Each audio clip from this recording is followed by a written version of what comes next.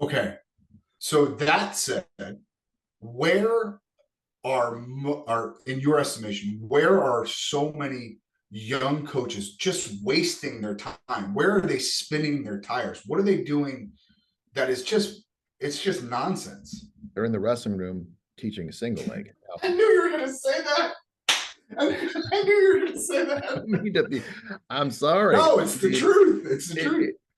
I'm not saying you shouldn't have your assistant coaches in there doing that. I'm just saying, hey, if I'm in here raising $1 million, I can hire 20 other coaches teaching my kids 10 times more than I can teach them, right? And that's just the answer. I mean, it's really, really, really simple. Let me tell you, Oklahoma State is a unique situation. They have the money to go out and buy some, the experience and the name of there. Not many people have that.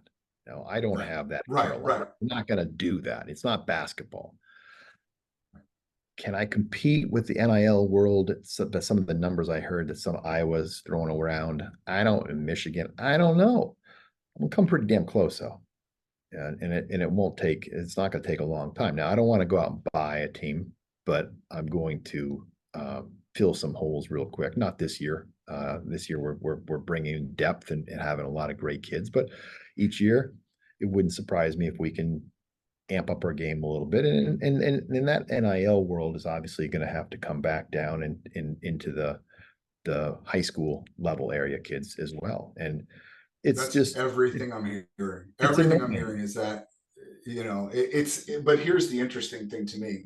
My knee-jerk reaction over the last, let's call it 2 years, has been, well, a lot of these numbers are very inflated because of the COVID year. A lot of these kids have graduated from places like Cornell, right? And they can't compete after they've graduated. So they move along and they get a nice chunk of change to do that, right? Am I wrong in saying that? Yeah, you're wrong. That is absolutely the antithesis of supply side economic, supply and demand. It doesn't make any sense. Well, you're going to still have graduate students, and the only difference is there's going to be less of them, and so the amount of money being spent on them is going to increase because you have the same. There's not a finite. There's a finite amount of money, perhaps, not a finite number of athletes. It's going to decrease, and therefore the price of those athletes is going to increase. Right, but I thought that because there was that COVID year and that was going to go away, I think there'll be far less of them.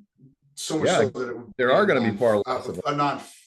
There'll be far less of them. So much so that they'll be more expensive. I understand that. Yeah, but I just don't think that there will be enough competition for them to raise that number. Now, whether I'm right or wrong, I'm just saying, economically speaking, this would be the only time that actually occurred in the history of capitalism. But I'm not saying you're wrong.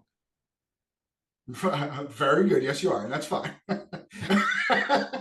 That's okay. I'm okay. I'm just saying. There's the same amount of money and there's less people to go around, and the teams have the same needs because now you don't have all these extra guys on your team. So you probably have more needs. No, it ain't going down. Price is going to stay the same. Right.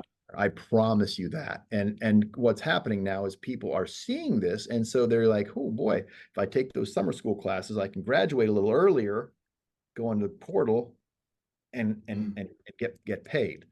I have a group of my alumni who are actively involved in helping do this now. My job as a head coach is to organize, my alumni and get them mobilized. I got a group of alumni who are doing my season ticket. So I got people who are doing marketing.